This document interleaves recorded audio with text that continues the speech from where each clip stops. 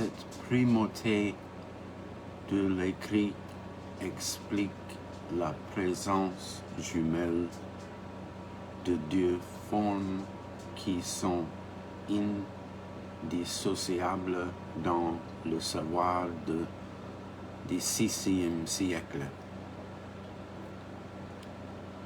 Malgré leur opposition apparente, il s'agit d'abord de la non-distinction entre ce qu'on voit et ce qu'on lit, entre l'observer et le rapporter. Donc, de la constitution d'une nappe unique et lisse où le regard et le langage s'entrecroissant à l'infini.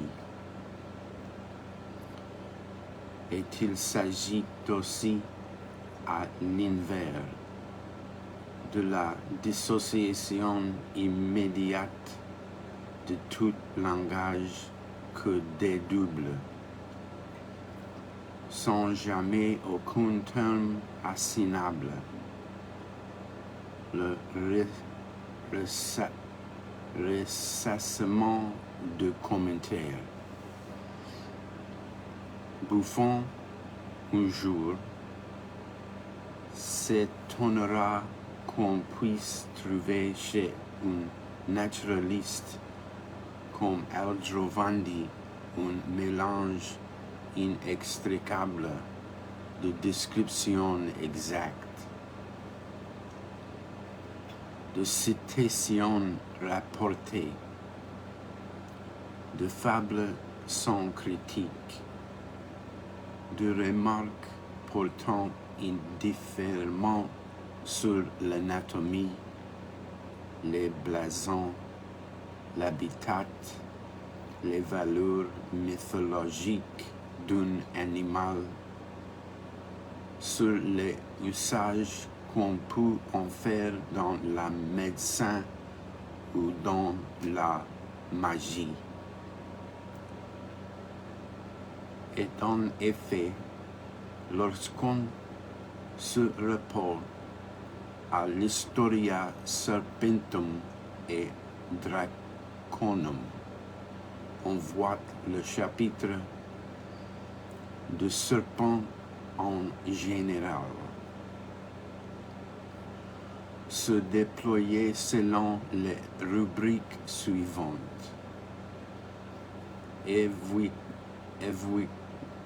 Équivoque, c'est-à-dire les différences en un mot serpent,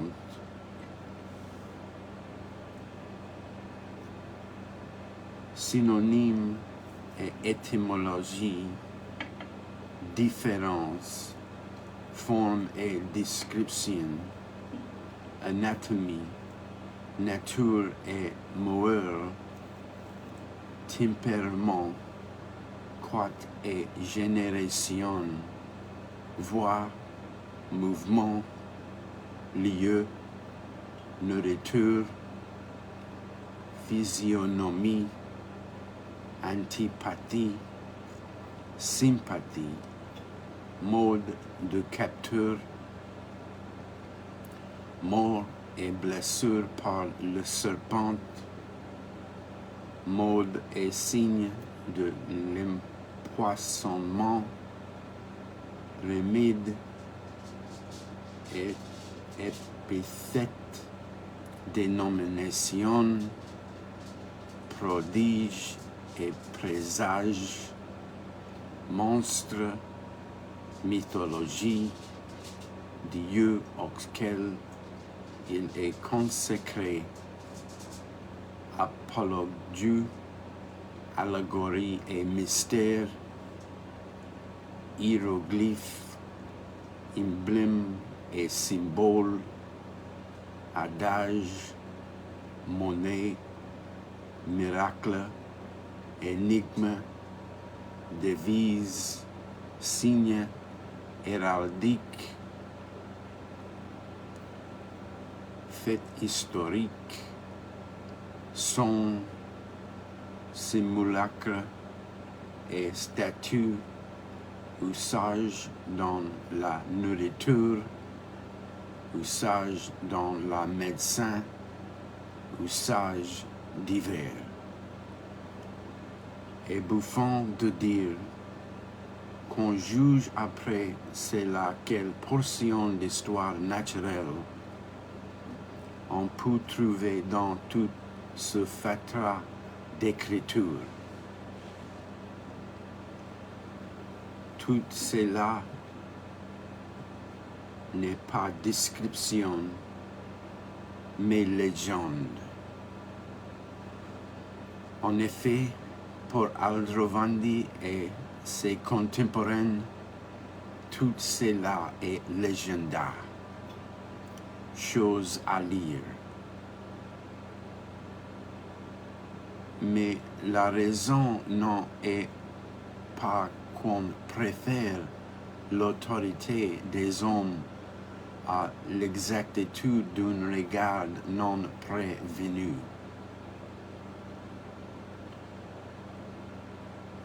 Mais c'est que la nature en elle-même est un tissu interrompu de mots et de marques, de récits et de caractères, de discours et de formes.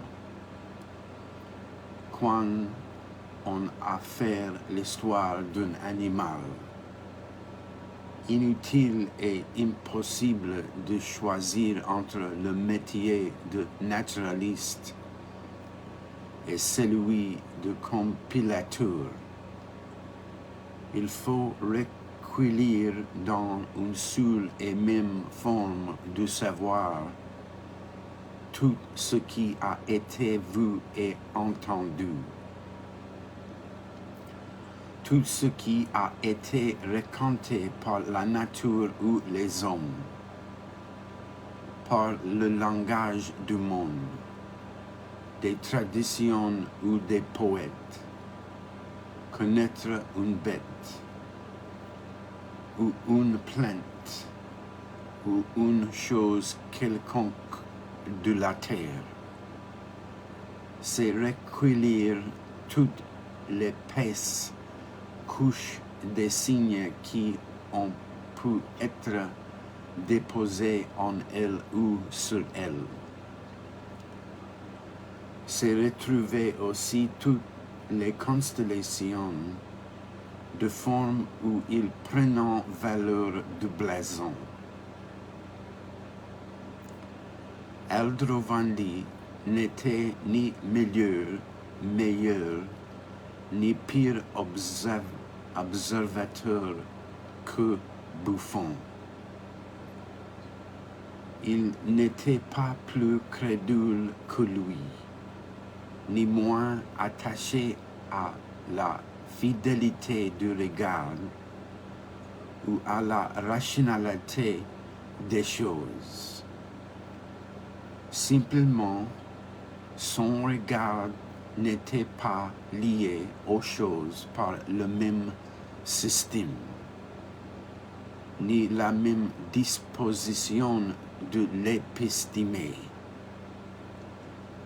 Aldrovandi, lui, contemplait méticuleusement une nature qui était, de fond en comble, écrite.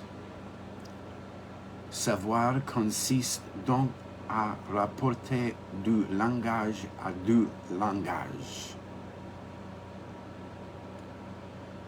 à restituer la grande plaine uniforme des mots et des choses, à tout faire parler, c'est-à-dire à faire naître au-dessus de toutes les marques le discours seconde au de commentaire.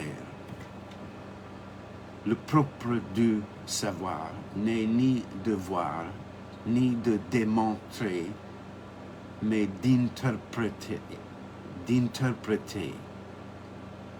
Commentaire de l'écriture, commentaire des anciens, commentaire ce qu'ont rapporté les voyageurs, commentaire des légendes et des fables. On ne demande pas à chacun de ces discours qu'on interprète son droit à énoncer une vérité. On ne requiert de lui que la possibilité de parler sur lui. Le langage en lui-même, son principe intérieur de prolifération. Il y a plus à faire à interpréter les interprétations qu'à interpréter les choses.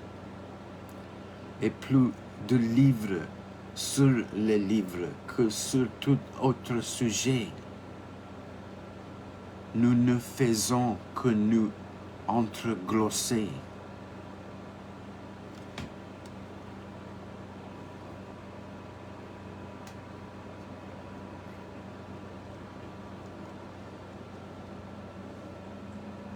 Ce n'est point là le constat de faillite d'une culture ensevelie sous ses propres monuments, mais la définition du rapport inévitable que le langage du XVIe siècle entretenait avec lui-même.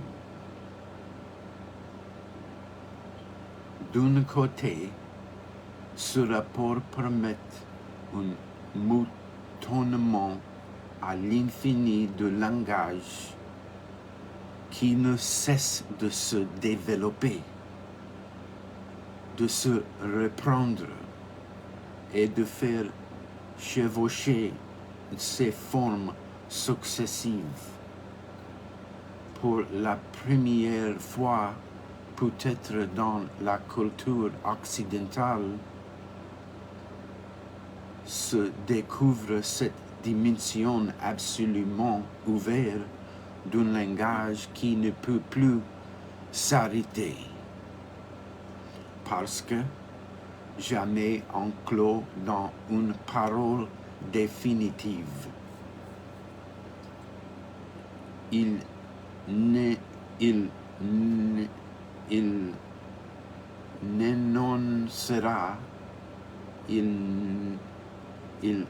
n'énoncera sa vérité que dans un discours futur, tout entier consacré à dire ce qu'il aura dit. Mais ce discours lui-même ne détient pas le pouvoir de s'arrêter sur soi. Et ce qu'il dit, il l'enferme comme une promesse, l'aiguille encore à un autre discours. La tâche du commentaire, par définition, ne peut jamais être achevée. Et pourtant, le commentaire est tout entier tourné vers la part énigmatique, murmurée, qui se cache dans le langage commenté. Il fait naître au-dessus du discours existant un autre discours, plus fondamental et comme plus premier, qu'il se donne pour tâche de restituer.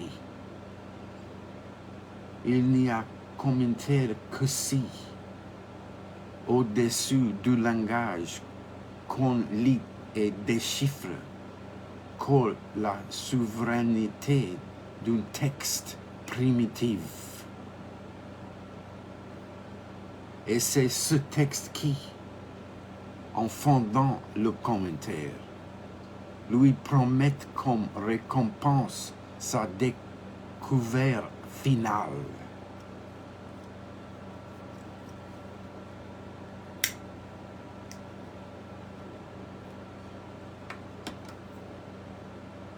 Si bien que la prolifération nécessaire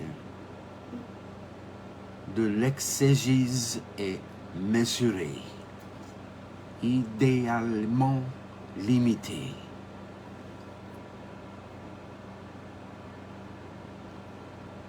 En portant sans cesse animé par ce règne silencieux. Le langage du XVIe siècle, entendu non pas comme un épisode dans l'histoire de la langue, mais comme une expérience culturelle globale, s'est trouvé pris sans doute dans ce jeu, dans cet interstice entre le texte premier et l'infini de l'interprétation. On parle sur fond d'une écriture qui fait corps avec le monde. On parle à l'infini sur elle, en chacun de ces signes deviant à son tour écriture pour de nouveaux discours. Mais chaque discours s'adresse à cette prime écriture dont il promet et décale en même temps le retour.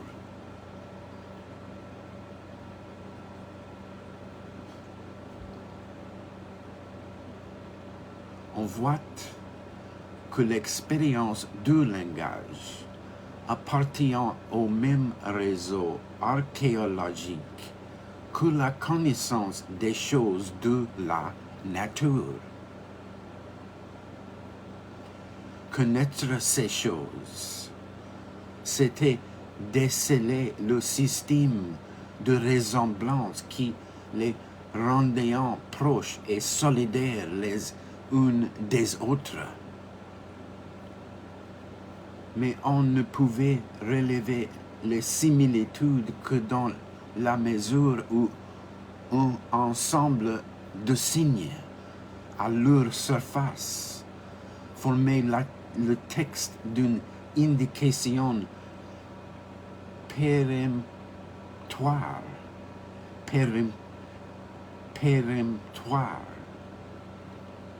Or, ces signes eux-mêmes n'étaient qu'un jeu de ressemblance.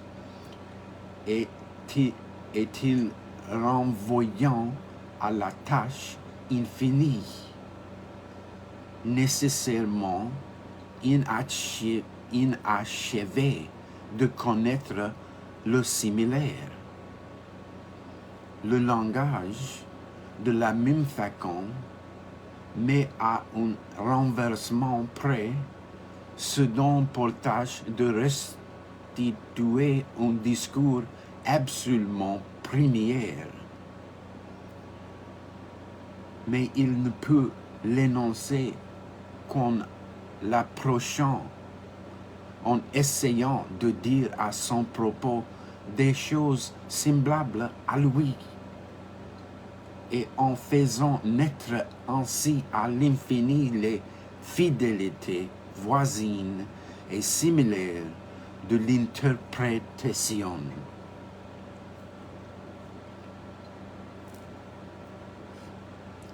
Le commentaire ressemble indéfiniment à ce qu'il commente et qu'il ne peut jamais énoncer.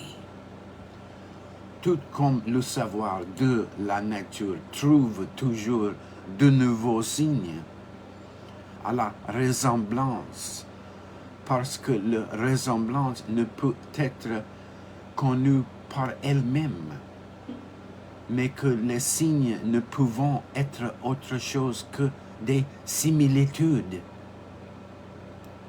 et de même que ce jeu infini de la nature trouve son lien, sa forme et sa limitation dans le rapport du microcosme au macrocosme. De la même façon, la tâche infinie du commentaire se rassure par la promesse d'un texte effectivement écrit que l'interprétation un jour révélera en son entier.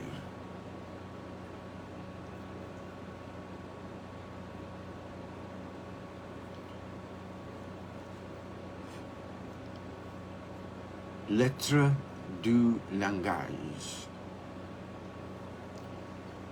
Depuis le stoïcisme, le système des signes dans le monde occidental avait été ternaire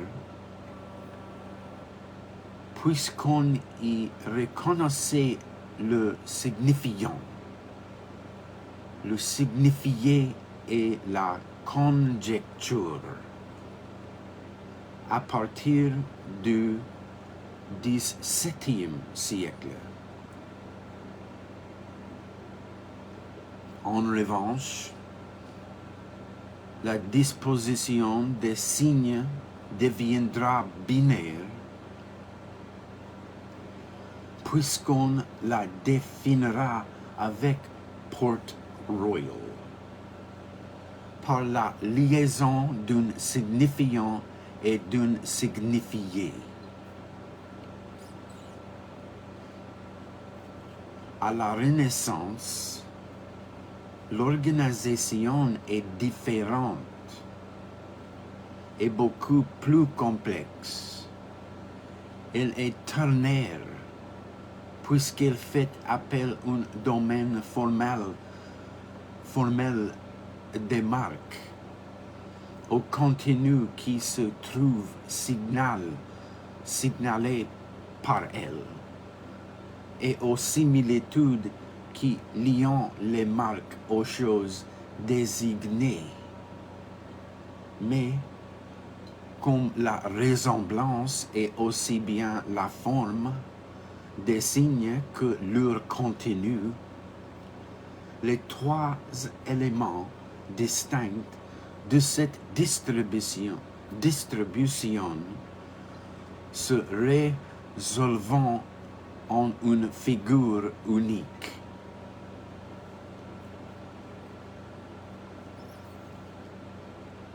Cette disposition, avec le jeu qu'elle autorise, se retrouve, mais inversée, dans l'expérience du langage. En effet, celui-ci existe d'abord, en son être brut et primitif, sous la forme simple, matérielle, d'une écriture, d'un stigmate sur les choses, d'une marque répandue par le monde et qui fait partie de ses plus ineffacables figures.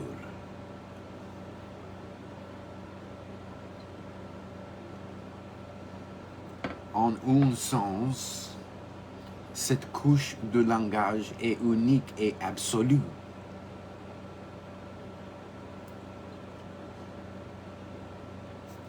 Mais elle fait naître aussitôt deux autres formes de discours qui se trouvent l'encadrer au-dessus d'elle, le commentaire qui reprend les signes donnés dans un nouveau propos, et au-dessus, le texte dont le commentaire suppose la primauté cachée au-dessus des marques visibles à tout.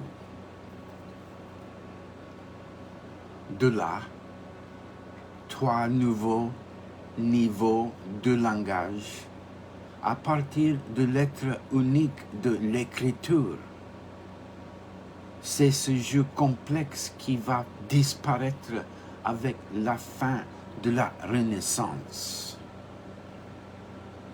Est ici de deux féconds, parce que les figures qui oscillent indéfiniment entre un et trois termes vont être fixées dans une forme binaire qui les rendra stables.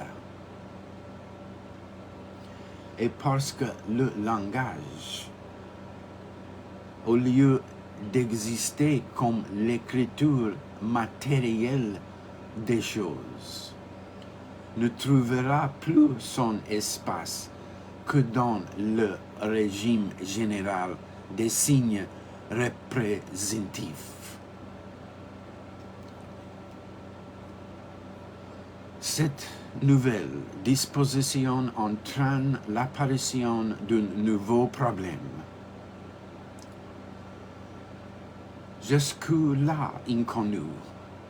En effet, on s'était demandé comment reconnaître qu'un signe désignait bien ce qu'il signifiait.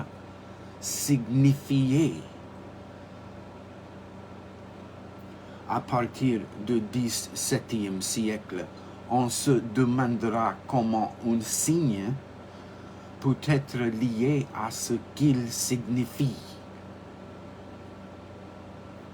Question à laquelle l'âge classique répond par l'analyse de la représentation et à laquelle la pensée moderne répondra par l'analyse du sens et de la signification.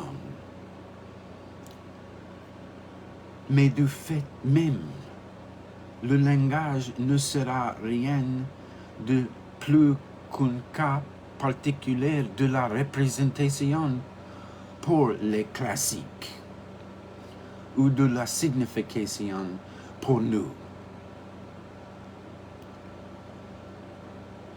La profonde appartenance du langage et du monde se trouve d'effet. Le primate de l'écriture est suspendu. Disparaît alors cette couche uniforme ou s'entrecroissant indéfiniment le vu et le lu, le visible et l'innoncable, les choses et les mots vont se séparer. L'œil sera destiné à voir, et à voir seulement. L'oreille a seulement entendre. Le discours aura bien pour tâche de dire ce qui est, mais il ne sera rien de plus que ce qu'il dit.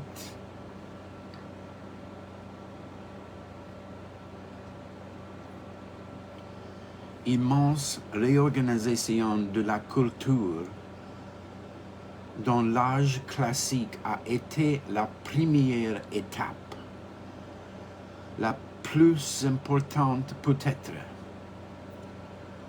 puisque c'est elle qui est responsable de la nouvelle disposition dans laquelle nous sommes encore pris,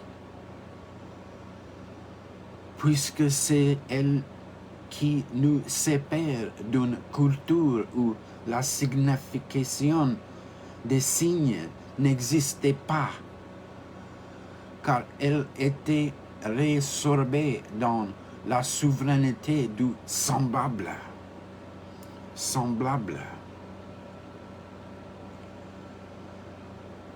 Mais où leur être énigmatique, monotone, obstiné, primitif, scintillé dans une dispersion à l'infini. cet être. Il n'y a plus rien dans notre savoir, ni dans notre réflexion pour nous en rappeler maintenant le souvenir. Plus rien, sauf peut-être la littérature, est encore d'une manière plus allusive et diagonale que directe, ou pour dire en un sens que la littérature, telle qu'elle s'est constituée et s'est désignée comme telle au sud de l'âge moderne, manifeste la réapparition là où on ne l'attendait pas de l'être vif du langage au XVIIe et au XVIIIe siècle. L'existence propre du langage, sa vieille solidité de choses inscrites dans le monde étant dissous dans le fonctionnement de la représentation. Tout langage valait comme discours.